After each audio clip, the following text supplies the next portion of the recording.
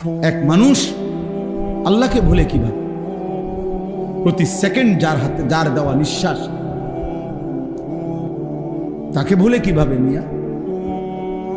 মাকে ভোলা যাইতে পারে, বাবাকে ভোলা যাইতে পারে, স্ত্রীকে ভুলাতে পারে, বন্ধুকে ভোলা যাইতে পারে, রবকে ভুলে কেমন? আল্লাহকে ভুলে কি? এই জন্য আল্লাহ বলছে মা গাররাকা বিরাব্বিকাল কারীম। আমার বান্দা বলো না আমার মতো দয়ালু মেহেরবান মালিক রব থেকে কে তোমাকে ভুলায় দিল? কে তোমাকে ভুলিয়ে দিল? কি এমন কারণ হলো বান্দা যে তুমি আমাকে ভুলে গেলে? আহ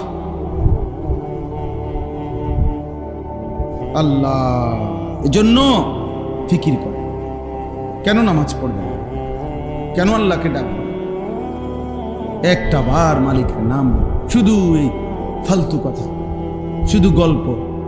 এই কিছু বয়স্ক লোকও আছেন আপনারা, এই যে বিকালে আসরের পরে যাইয়া চা দোকানে বসে রাতের 10টা পর্যন্ত এই চা দোকানে বসে 14 গোষ্ঠীর যত বদনাম গীবত পুরা এলাকার এ বসে বসে এগুলা বদ খাসলত, আর শুধু বিড়ি খাবে, একবার খায় বন, একবার চা, একবার বুট, একবার পেঁয়াজু, একবার আলুর চপ, আর এই ফালতু গল্প গল্প গল্প।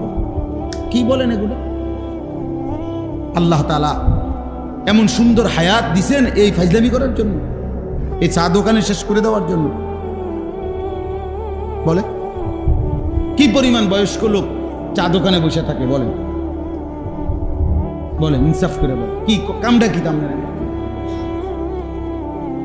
আপনি তাসবিহ পড়েন, আপনি সুবহানাল্লাহ পড়েন বসে বসে, একবার সুবহানাল্লাহ পড়লে উহুদ পাহাড়ের চাইতে ভারী নাকি? খোদার কসম নবী বলছে আযমু মিন উহুদ, উহুদ পাহাড়ের চাইতে উঁচা। একবার উহুদ পাহাড় মদিনা 8.5 কিলোমিটার লম্বা, 8.5 কিলো লম্বা উহুদ পাহাড়। কতটা উঁচা যে মসজিদে নববীর সীমানার থেকে দাঁড়াইলে এখান থেকে প্রায় 7-8 কিলো দূরে উহুদ পাহাড়, কিন্তু স্পষ্ট কি দেখা যায় কতটা উঁচা, এত পরিষ্কার দেখা যায় পাহাড়টা, এত ভারী উহুদ পাহাড়।